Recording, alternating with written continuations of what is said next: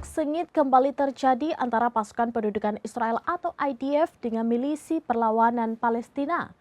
Insiden ini terjadi di Provinsi Tulkarem tepi barat yang diduduki pada Senin 27 Januari 2025. Milisi perlawanan Palestina mengaku menyergap pasukan IDF. Bentrok sengit kembali terjadi antara pasukan pendudukan Israel atau IDF dengan milisi perlawanan Palestina. Insiden ini terjadi di Provinsi Tulkarem tepi barat yang diduduki pada Senin 27 Januari 2025. Milisi perlawanan Palestina mengaku menyergap pasukan IDF.